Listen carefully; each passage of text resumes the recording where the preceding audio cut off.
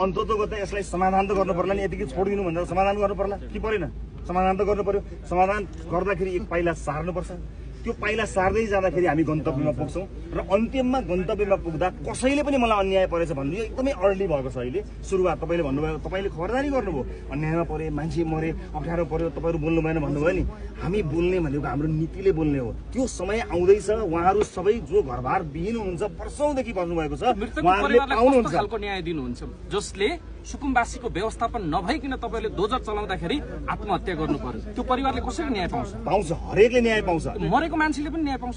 परिवारले न्याय पाउनु पर्दैन त? मरेको एउटा कुरा तपाईँलाई म के स्पष्ट पार्न चाहन्छु भने, एउटा कुरा हामीले समग्र घटनालाई हेरेर समग्र सुकुम्बासी समस्यालाई कसरी समाधान गर्ने भन्ने विषयलाई लिएर अवधारणा बनाएका छौँ। यहाँले देख्नु भएको छ मृतकको परिवारले मृतकको परिवार